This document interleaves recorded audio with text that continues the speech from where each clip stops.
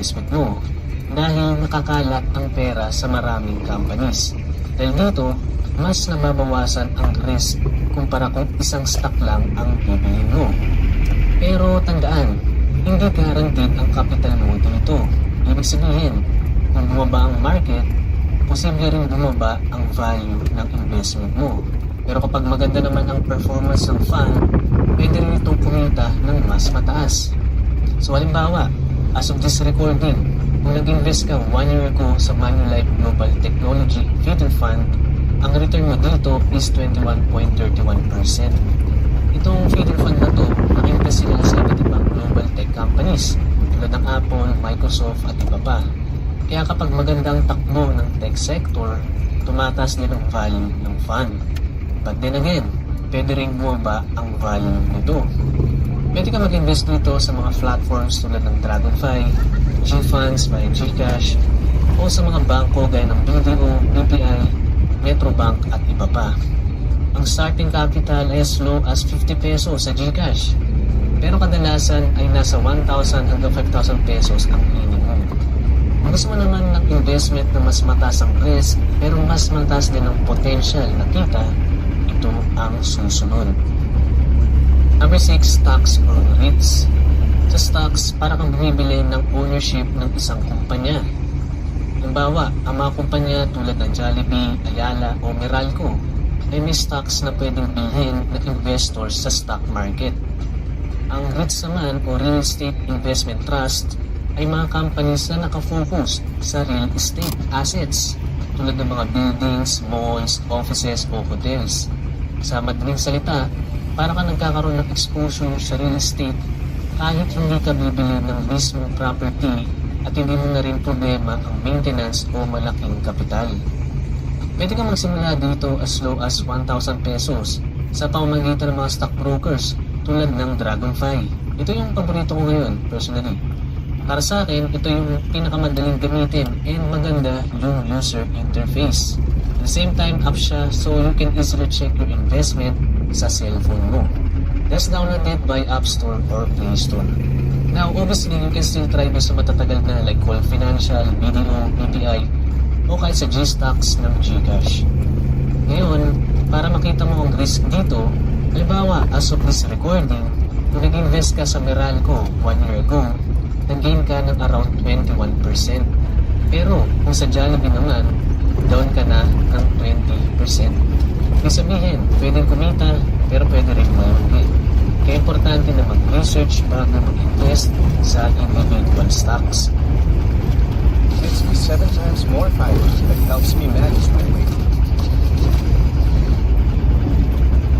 Kung REITs naman, tulad ng seaweed, bukod sa potential price growth, may dividends ka pang pwedeng matanggap quarterly na parang bonus income habang hawak mo ang investment mo dito. Basically, sa stocks, not advisable kung gusto mong protektahan yung capital mo kasi pwedeng bumaba ang value ng stocks, pero you can potentially earn higher kumpara sa mga na-mention natin kanina. Ngayon, kung gusto mo naman ng investment na may pinakamataas na risk pero may potential din na mas mataas ang kita, ito ang huling option sa list natin. Number 7, small business. Ito marahil ang investment na may pinakamataas na potential na kita sa lahat na nabanggit natin.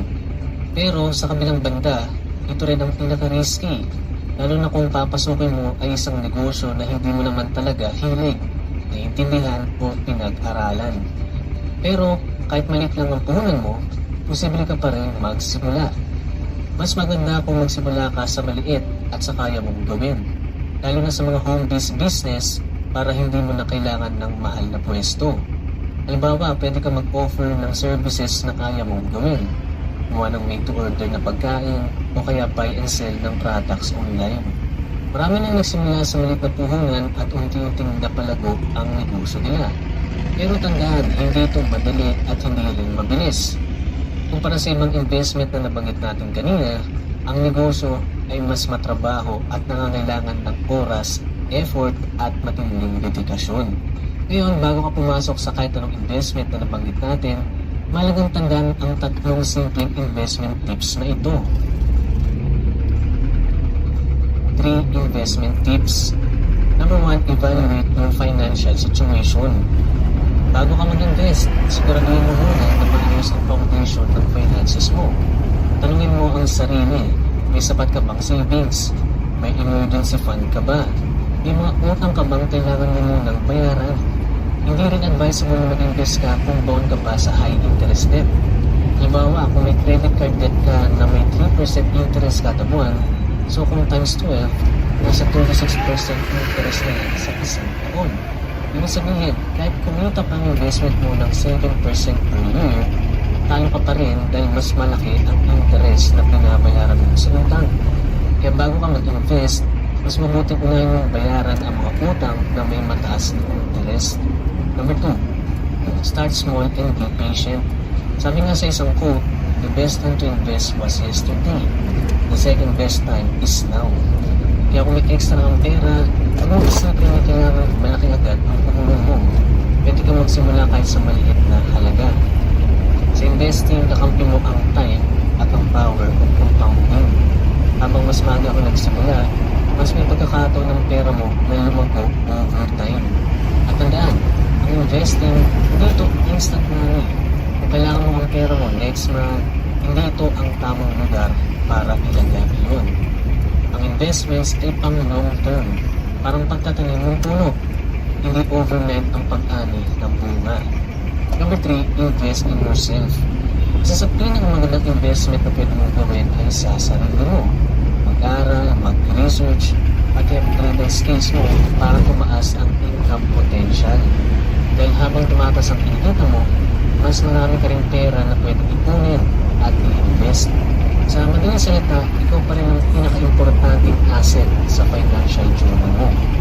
Kaya kahit na maliit ang income mo ngayon, hindi ko sabihin na hindi ka na pwede mag-invest. Malaga ay magsimula ka, consistent, at patuloy na matuto tungkol sa pera. Sa ngayon, saan ka dito nag-invest o saan mo balak mag-invest? Kung okay lang i-share, comment down mga link sa baba. At kung gusto mo sabukan yung mga digital banks o Dragonfly na nabanggit natin kanina, yung mga details ako na nilagay sa description kung gusto mo i-check. Optional lang ito kung trip mo. Ngayon, kung naghahanda ka palang mag-ipon para may budget ka pang invest, panoorin mo itong susunod na video sa screen. 15 practical money saving tips para makatipid ka ng libo-libo monthly. Click mo na. Watch now.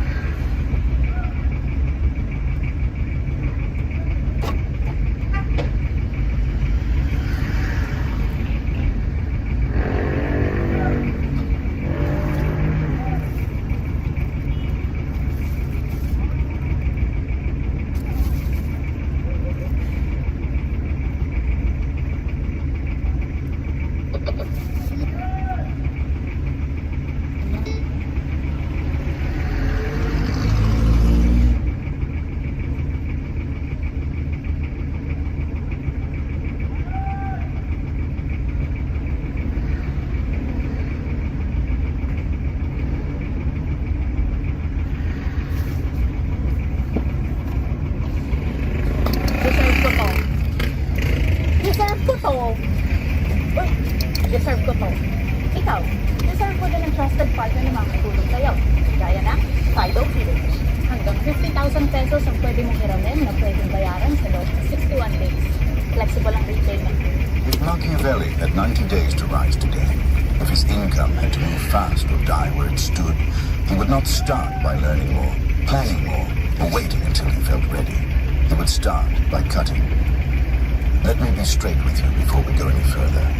I've read hundreds of self-improvement frameworks. I've watched men burn through courses, coaching programs, productivity systems, morning routines, the whole industry. And the pattern that keeps showing up is almost embarrassing in how simple it is. The people who actually move the needle financially don't start by building. They start by destroying. That's the part nobody packages into a $497 course because destruction doesn't sell. But it works. That's the hook most people miss.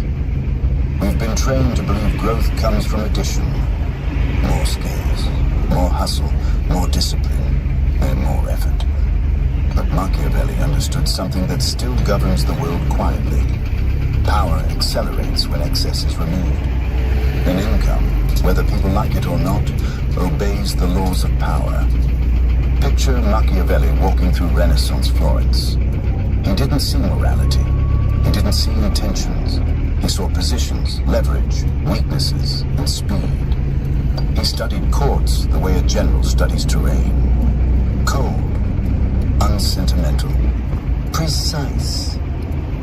If he looked at your life today, your calendar, your habits, your projects, your inbox, your obligations, he would ask one question and one question only.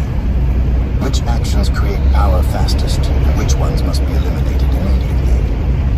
Most people never ask this. They drown in excess. Too many goals, too many distractions, too many fears dressed up as responsibilities. As they chase productivity instead of power, they mistake motion for momentum. And then they wonder why nothing changes. Here's the thing nobody in your life will say to your face. Being busy is not the same as being dangerous. You can fill every hour of every day and still be financially irrelevant. Busyness is the most socially acceptable form of cowardice because it lets you avoid the one decision that actually matters. Machiavelli warned princes that hesitation is deadlier than weakness. The same applies to income. Effort without priority is not virtue. It is refined self-sabotage. In a world ruled by speed, leverage, and visibility, the undisciplined are consumed first. That's not cruelty, that's structure. History proves it again and again. Look at someone like Cornelius Vanderbilt, before he became an industrial titan. So he didn't outwork everyone in shipping. He cut ruthlessly. He exited unprofitable routes, crushed inefficiencies, and focused on the lanes that moved money fastest. Others stayed busy. Vanderbilt became dominant. He rose not by doing more, but by doing less, with terrifying focus. And you don't need to look at billionaires to see this. I guarantee you know someone. Maybe you've been this person who works 12-hour days, juggles 4 side projects, answers every email within minutes, says yes to every meeting, and at the end of the year looks at their bank account and thinks, how is it possible that nothing changed? It's possible because activity without elimination is just organized chaos. You're running in 16 directions and arriving nowhere. This is the Machiavellian premise most people resist. You rise by subtraction, but not addition. Money does not respond to how much you care, how sincere you are, or how noble your intentions feel when you collapse into bed exhausted. Money responds to the sharpness of your priorities and the speed of your execution. 90 days is not a long time, but it is enough time to rewrite a financial trajectory if you behave like someone who knows they are at war. The real question is not whether income can rise in 90 days. It can. The real question is whether you are willing to become ruthless enough to stop doing what keeps you small. Machiavelli wrote that it is not virtue that secures power, but the ability to choose without hesitation. Wealth follows the same rule. It does not flow to the kindest, the busiest, or the most morally upright. It flows to those who prioritize with brutality. And the difference between those who stagnate and those who rise is not intelligence, talent, or ethics. It is the violence of their focus. Successful people eliminate noise with surgical precision. They understand that every extra task, every extra obligation, every extra distraction dilutes force. They cut early, they cut fast, they cut without apology. Unsuccessful people cling.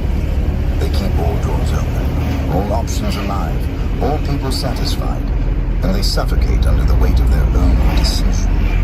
Stop and ask yourself something uncomfortable. Right now. How many things on your plate exist not because they make money, but because quitting them would force you to admit you wasted time on them? That's not strategy.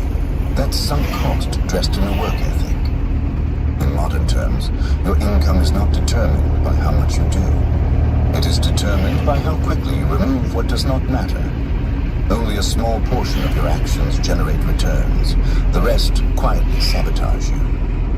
This is why Machiavelli's strategy for the next 90 days would be mercilessly simple. Kill your distractions instead of managing them. Your financial life will not change because you become nicer, more balanced, or more productive. It will change when you become ruthless enough to focus on what creates power and discard everything else. Because money has never responded to virtue. It has always responded to priority. If Machiavelli entered your life today, he would not teach you a new skill first. He would cut.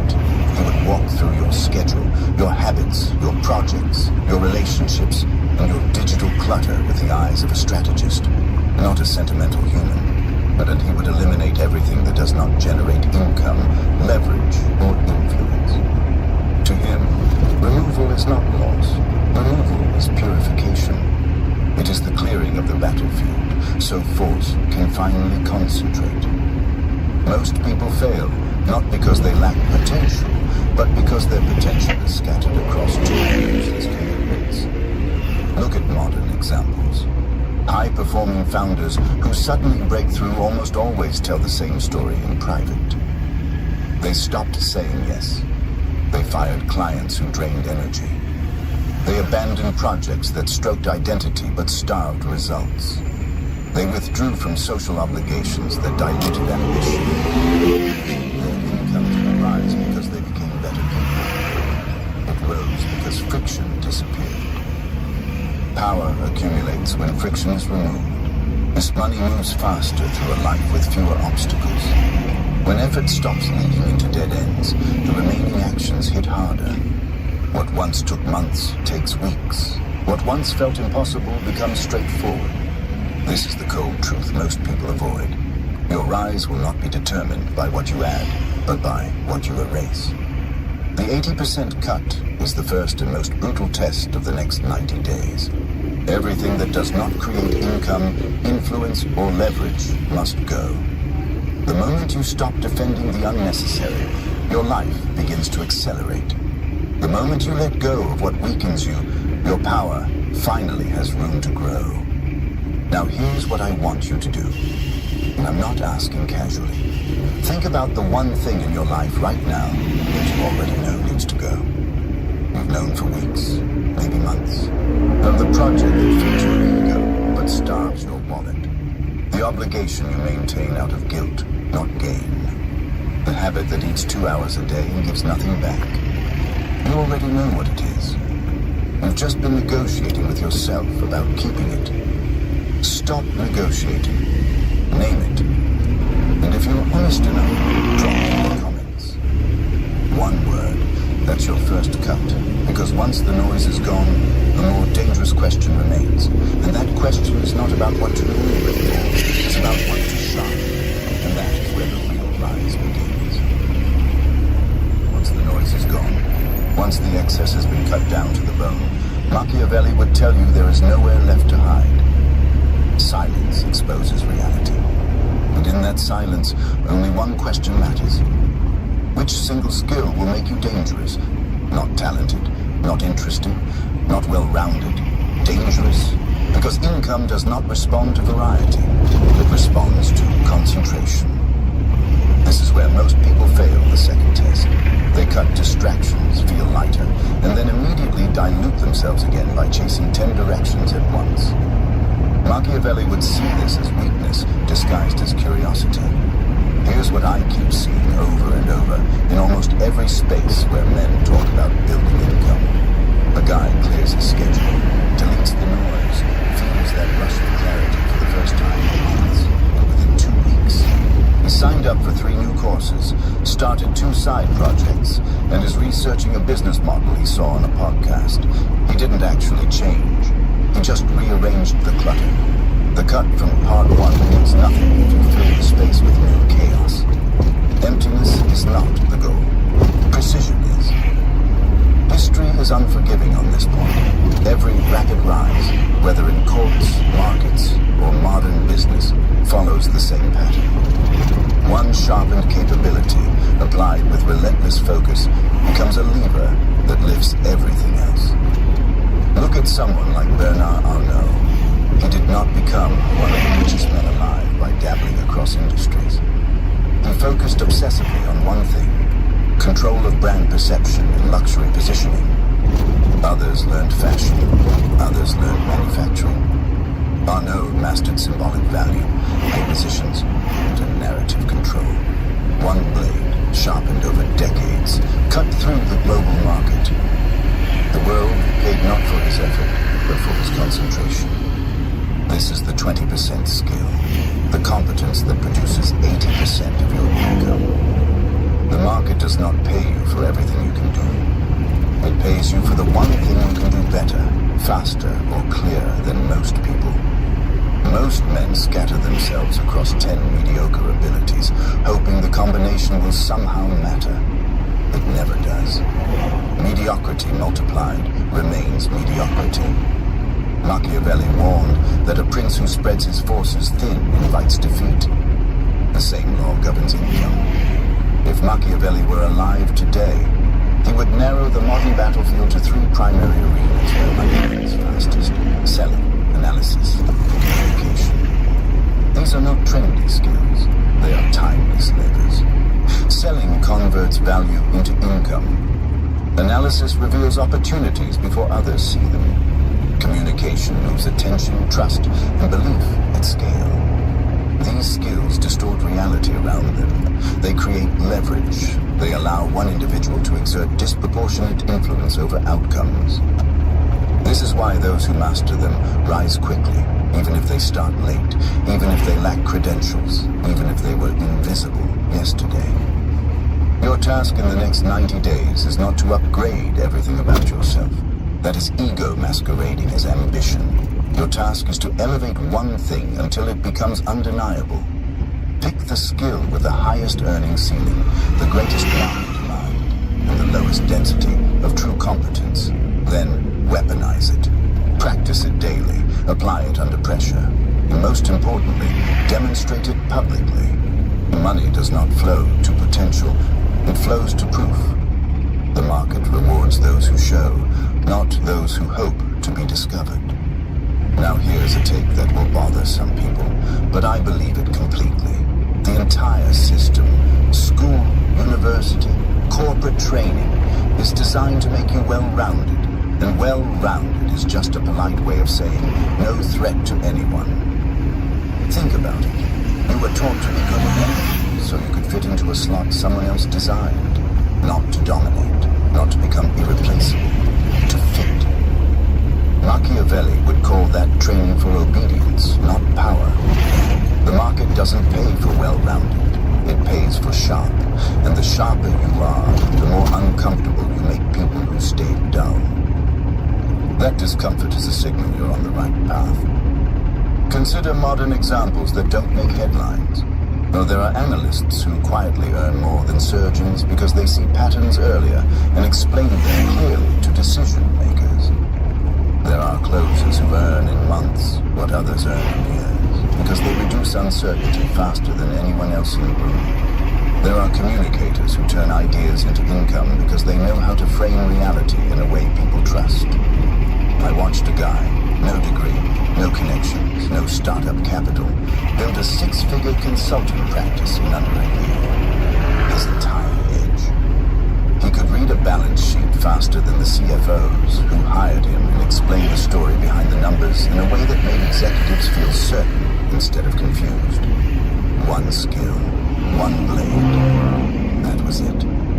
Nobody cared about his resume. They cared about the clarity he created in rooms full of uncertainty. None of them are well-rounded. All of them are sharp. Machiavelli would approve. He believed that a prince armed with one decisive strength is more secure than one surrounded by many weak ones. Here is the blade line Machiavelli would carve into your mind. A man carrying 10 dull tools dies poor. A man carrying one sharpened blade commands the room. Your rise will not come from being balanced. It will come from being unmistakably sharp. One thing you cannot do. This is your income core. This is your weapon. And this is where the climb truly begins. Because once you possess something sharp enough, something concentrated enough, something visible enough, the dynamics around you start to change. People treat you differently when they know what you are dangerous in. Opportunities narrow toward you instead of scattering away. Negotiations tilt. Conversations shift. You are no longer evaluated on effort or personality, but on utility. Machiavelli understood that power begins the moment others adjust their behavior around you. Income follows the same pattern. When the market adjusts to you, you have crossed an invisible threshold. But there is a problem most people still haven't faced. A sharpened blade kept hidden is useless. A dangerous skill that no one sees might as well not exist. Machiavelli warned princes that influence requires presence. Capability without visibility is strategically irrelevant. And this is where the next phase begins, because concentration alone is not enough. The blade must enter the arena. Before we move forward, pause and reflect. Which single skill, if sharpened relentlessly for the next 90 days, would actually move your income? Not the one that flatters your identity, the one the market would pay for immediately. If this question hits, leave a comment with 2 words that describe the skill you're committing to. Just 2 words. Saying it publicly locks it in. Because once you choose the blade, the next step is stepping into the light. And that changes everything. Remember this. Power does not come from having a skill. Power comes from being seen having that skill. A silent talent is indistinguishable from mediocrity. A hidden strength is strategically useless. This is not modern thinking. This is ancient law.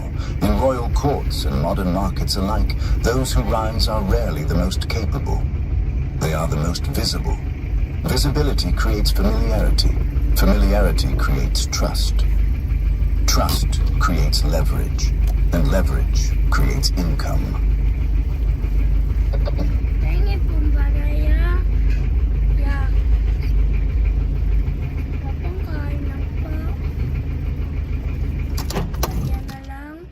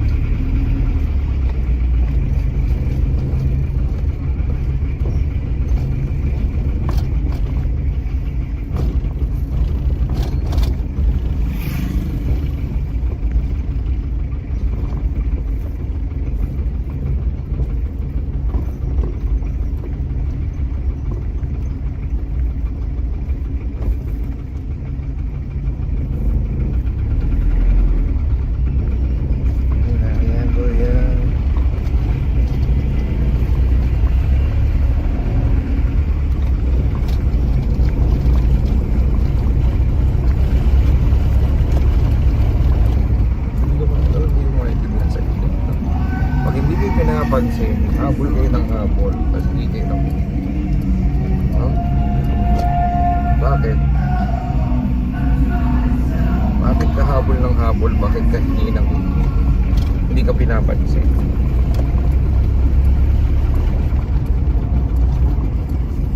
Ano gusto nyo? Kalbo ka. Ano?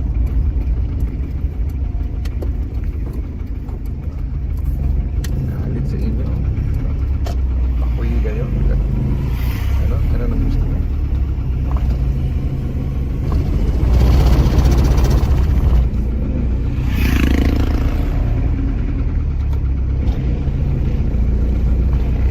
Seryoso ba yan?